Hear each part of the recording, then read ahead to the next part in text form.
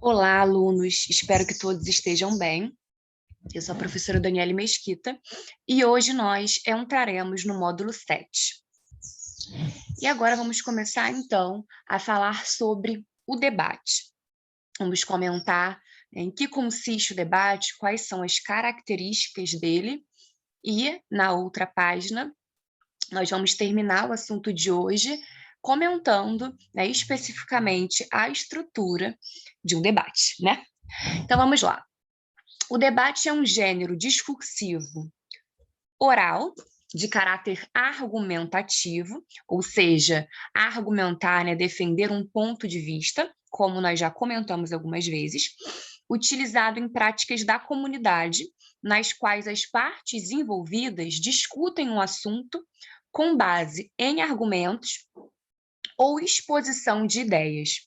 Esse gênero perpassa variadas esferas comunicativas, podendo realizar-se em distintos graus de formalidade e com distintas regras de funcionamento, dependendo de onde ocorra.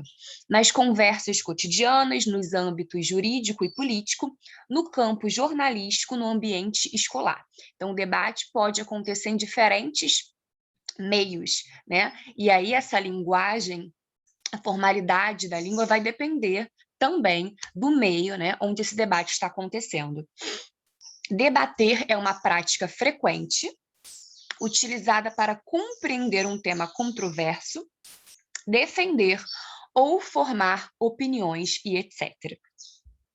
Algumas recomendações para quem vai realizar um debate são: aprofundar-se no tema em questão, reunir informações e preparar-se. Né? Então, se você vai participar de um debate, se você vai escrever, por exemplo, um texto, né, seja qual for esse texto, você precisa, né, se aprofundar naquele assunto, ter ideias, ter argumentos, reunir essas informações e se preparar.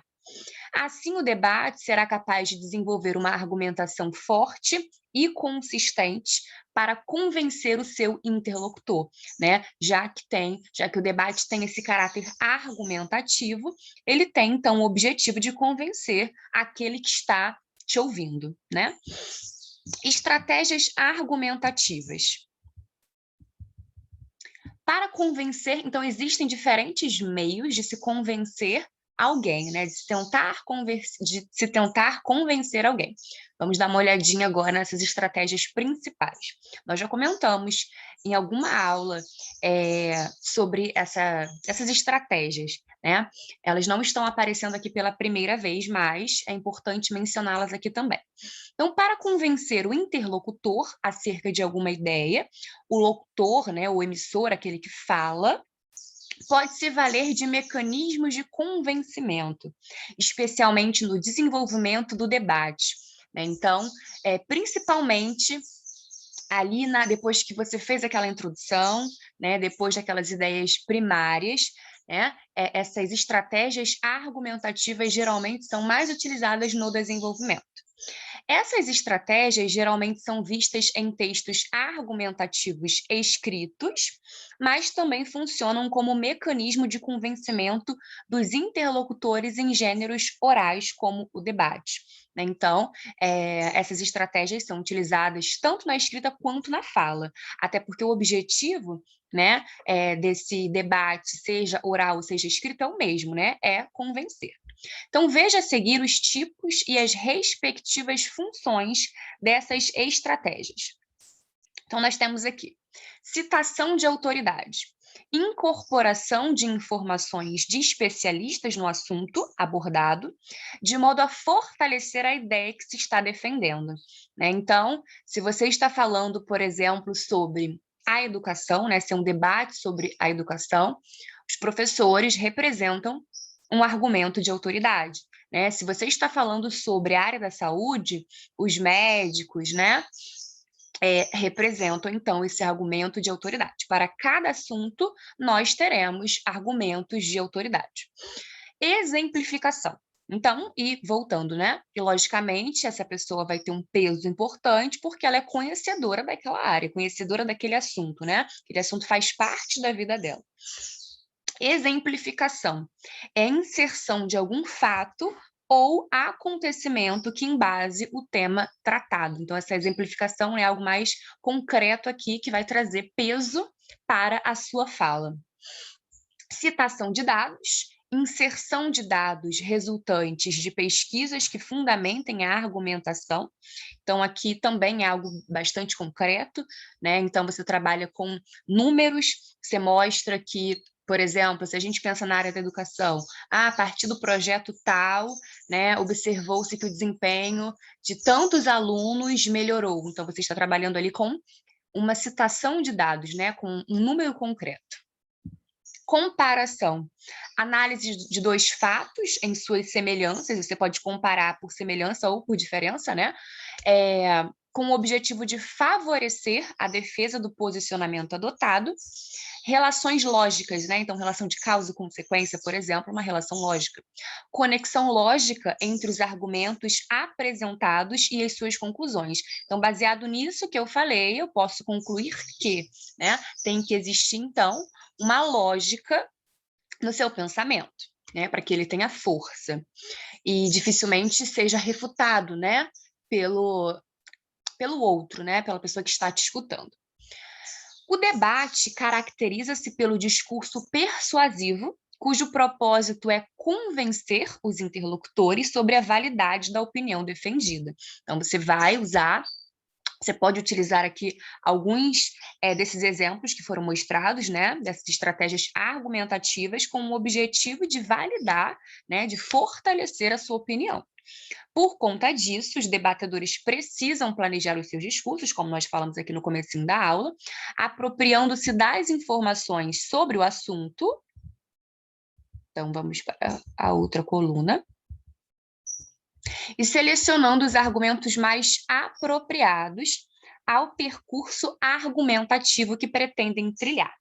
Então, dependendo do assunto que você está, sobre o qual você está conversando, existem, né, diferentes linhas argumentativas, né? E aí, na hora, você pode pensar em várias, mas tem que buscar selecionar aquelas que, na sua opinião, são mais consistentes, né? São mais importantes dentro de determinado assunto.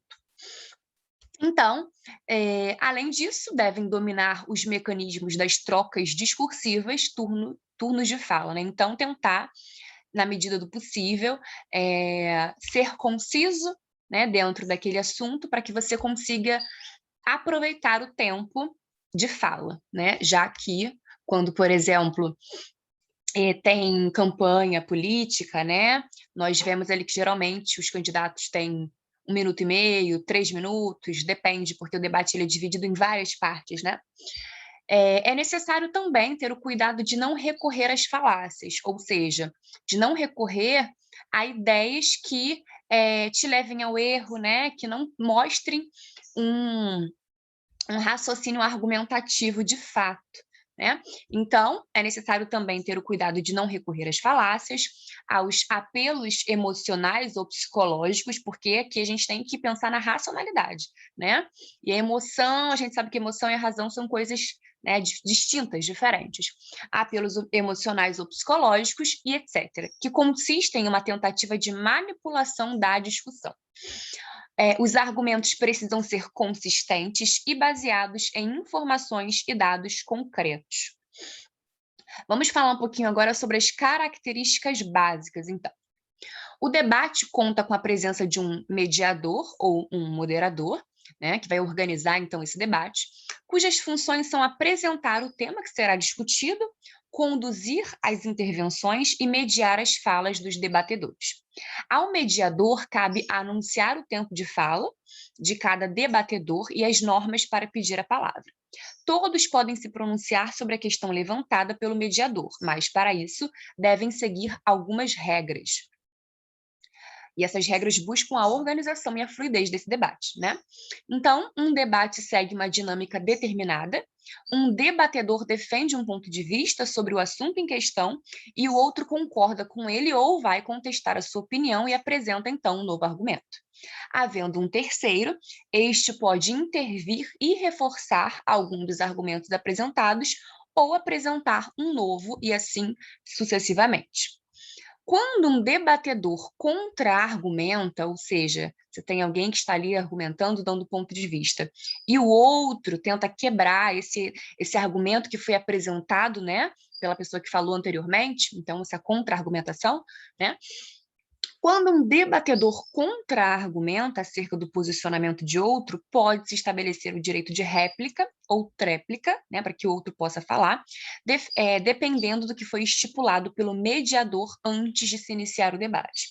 Então, é muito comum que um mediador, já antes de começar aquela sessão, né, diga se a outra pessoa vai ter direito, né, se vai ter réplica, se vai ter tréplica, se não vai ter. Cada debatedor só pode tomar a palavra na sua vez. Não é permitido interromper quem está falando. O direito de fala é concedido pelo mediador, então é o mediador que diz, né? Agora fulano pode se pronunciar. Os debatedores devem evitar a repetição de argumentos para que o debate tenha fluidez. Pode até, né, para que tenha fluidez, para que ele consiga aproveitar o tempo dele, e também porque repetir argumentos, né, não é uma estrutura válida, não é uma estrutura forte, porque o que você tem que buscar é novos argumentos, né? Tenta defender um argumento, em seguida outro argumento, principalmente se for, por exemplo, um debate político, né? Porque esses políticos estarão lá tentando conseguir o nosso voto, né? E aí eles precisam de vários argumentos, né? Quais serão as propostas, o que eles pretendem fazer, como eles pretendem fazer isso, né?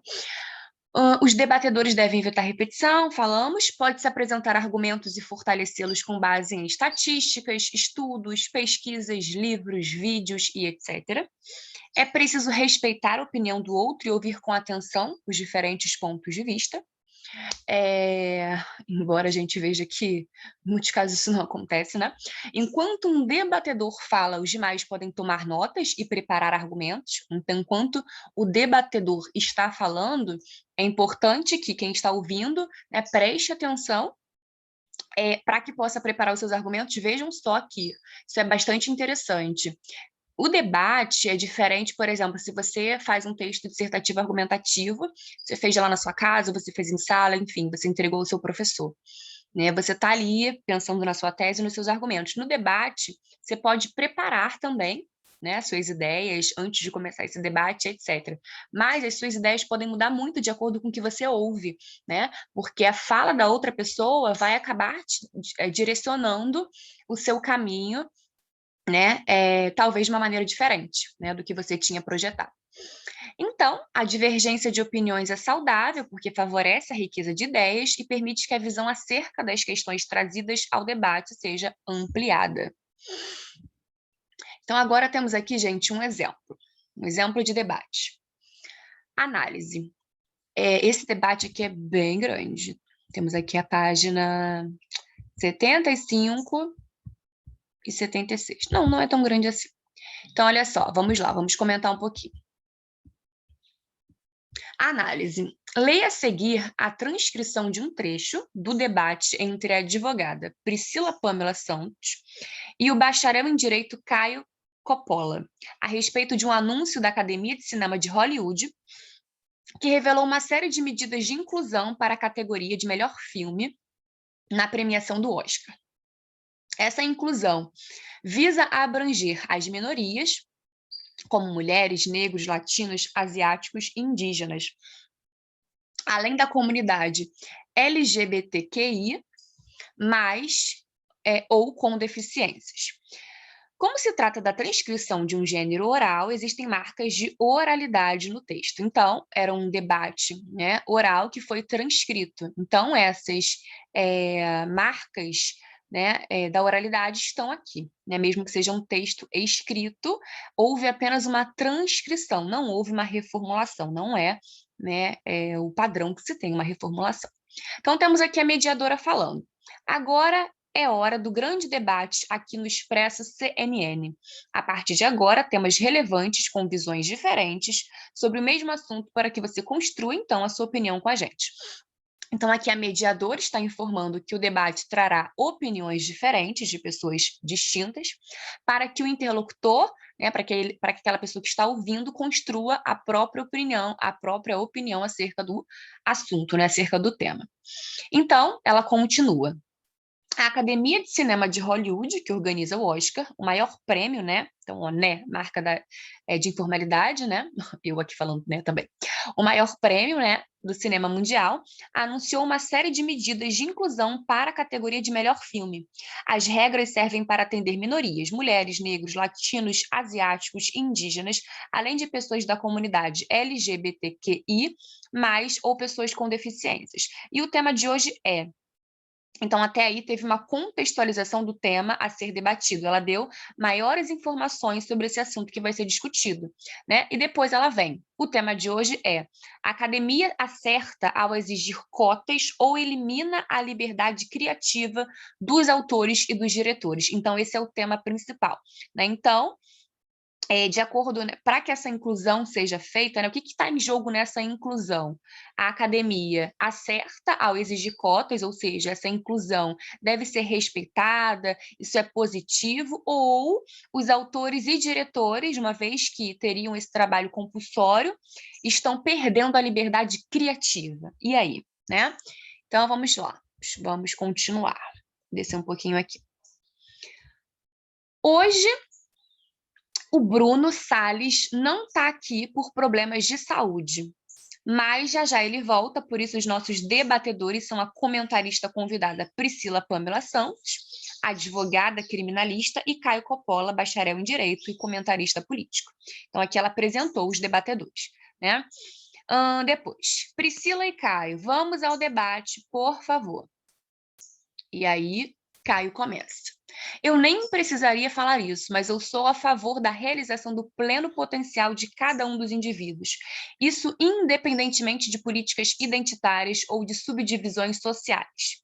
Afinal de coisa, eu enxergo o meu próximo como eu me enxergo. Então, aí, ó, ponto de vista a respeito da igualdade entre as pessoas. E é como disse o Antônio, o essencial, né, lá do livro Pequeno Príncipe, o essencial é invisível aos olhos, referência a outros textos, né? E a gente devia sempre atentar para o que realmente importa. E questões relacionadas à etnia, questões relacionadas a gênero ou orientação sexual, ou qualquer uma dessas subdivisões sociais ou demográficas, elas deveriam ficar em segundo plano e não serem sequer consideradas na tomada de decisão, seja do ponto de vista de critérios jurídicos, de critérios de direito público ou de direito privado, ou mesmo de mercado. Então, aqui é o ponto de vista dele a respeito da igualdade entre as pessoas.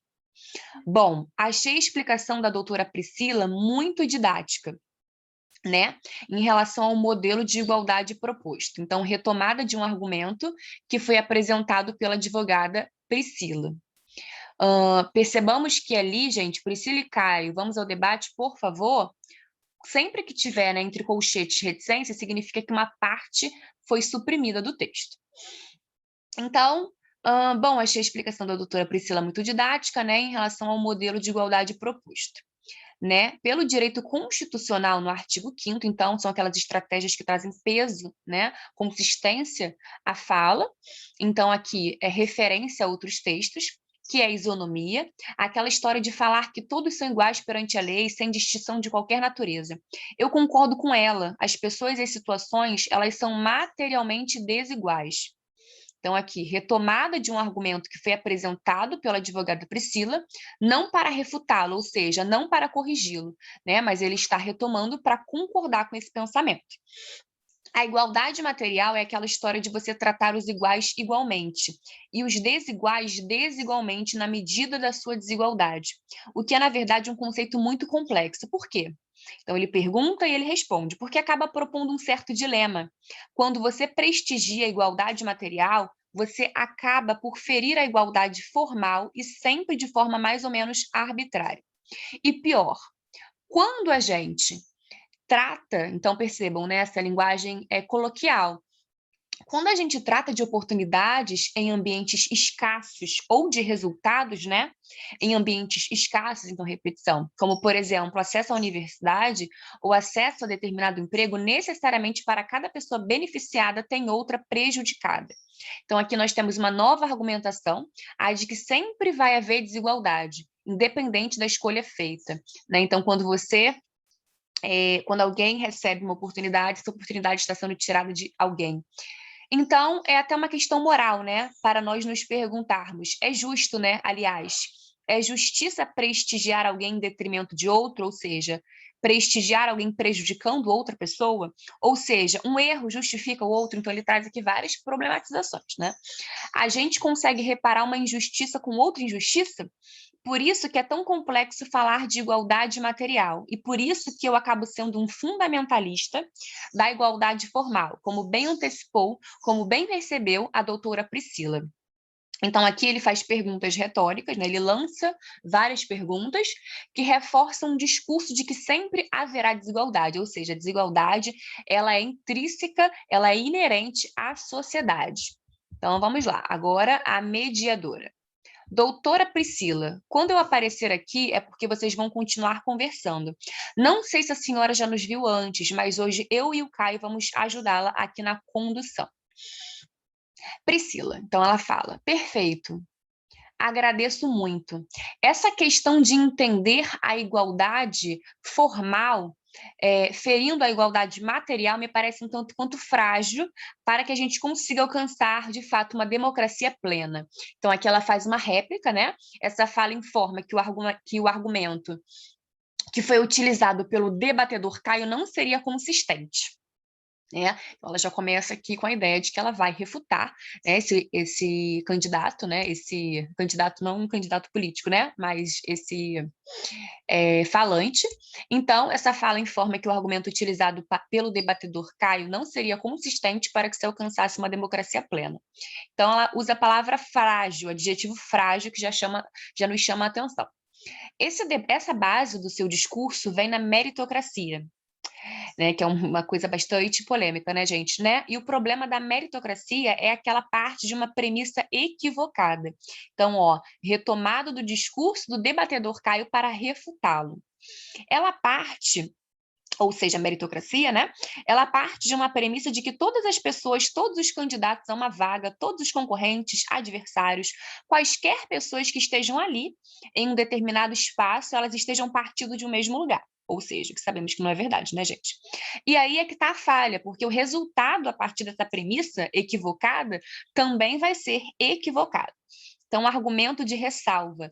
A explicação de que existe a premissa de que todos os concorrentes têm as mesmas oportunidades, né? E que, em seguida, a argumentação da debatedora refuta isso, dizendo que esse pensamento é equivocado. Então, algumas pessoas, né, deve haver uma luta, né, para que certas pessoas consigam chegar ao lugar que elas querem, né, uma luta diferente, já que elas não partem do mesmo lugar, né, já que esse lugar comum, na verdade, é uma farsa, na verdade, isso não procede, né, porque cada um vai ter as suas dificuldades, né, e duas pessoas que estão concorrendo ali ao mesmo prêmio, à mesma vaga, né? Elas têm histórias diferentes e cada uma vai ter mais dificuldade do que a outra. Então, beleza. Até porque a estrutura familiar, a estrutura financeira vai ser diferente e isso vai influenciar no resultado que elas vão ter. Ok, então continuando. Tem um vídeo que ficou muito famoso, viralizou na internet com relação à questão de privilégios, né? Então, aqui ela está fazendo referência a outros conteúdos. Então, percebam que tivemos a referência à Constituição, tivemos a referência ao livro do Pequeno Príncipe, né? Aqui temos uma referência agora a um vídeo, tudo isso para consolidar, para dar peso a essas informações. Dá um passo à frente quem é branco, dá um passo à frente quem mora com o pai e com a mãe, e assim por diante. Eu recomendo, inclusive, a todas e a todos que visualizem esse vídeo, e ali, ao final, se demonstra que esses privilégios todos compõem, então aqui a argumentação dela é muito clara, né? compõe um cenário e que ele retira de determinados espaços certas populações, certas pessoas, certas populações. Então, ó, a argumentação e exemplificação em defesa do ponto de vista. Então, ela cita esse vídeo, em seguida ela diz o que aconteceu ali e por que ele é importante na fala dela, né? Certas populações, vários estudos foram feitos para trazer a cota como alternativa. Então, ou seja, essa cota ela não passou a existir do nada, né, sem nenhuma justificativa. Em vários países, ela foi implementada e ela foi dada como positiva. Tiveram resultados positivos, não só pela inclusão, e ali para conseguir colocar pessoas num patamar de igualdade, que esse é o fim de todas as democracias, mas para além disso, porque ela reúne uma diversidade tão grande que ela propicia a melhora da outra pessoa com quem ela está convivendo. Então, os estudos apontam para esse caminho positivo, mas não apontam o contrário. E mais, não apontam outras alternativas imediatas, e não só a longo e longo prazo, não só a longo e longo prazo, aqui houve uma repetição, para esperar mais 300 anos para que as pessoas consigam ali concorrer e ocupar espaços de forma minimamente igualitária. Então vejam como essa fala é importante.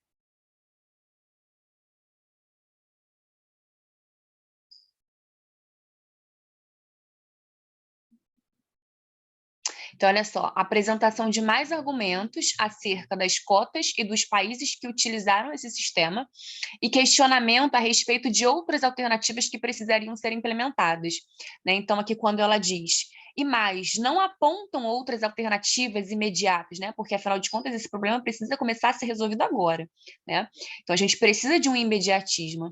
E mais, não apontam outras alternativas imediatas, e não só a longo prazo, para esperar mais 300 anos para que as pessoas consigam ali concorrer e ocupar, né? Então, aqui, a cota ela é um caminho importante porque ela consegue, né, dar esse prazo menor para que esse problema, né, gente, que exclui indivíduos, seja lá do que for, seja de uma participação em filme, seja de uma vaga na universidade, seja de uma vaga em um concurso, né, esse problema precisa começar a ser minimizado de maneira considerável.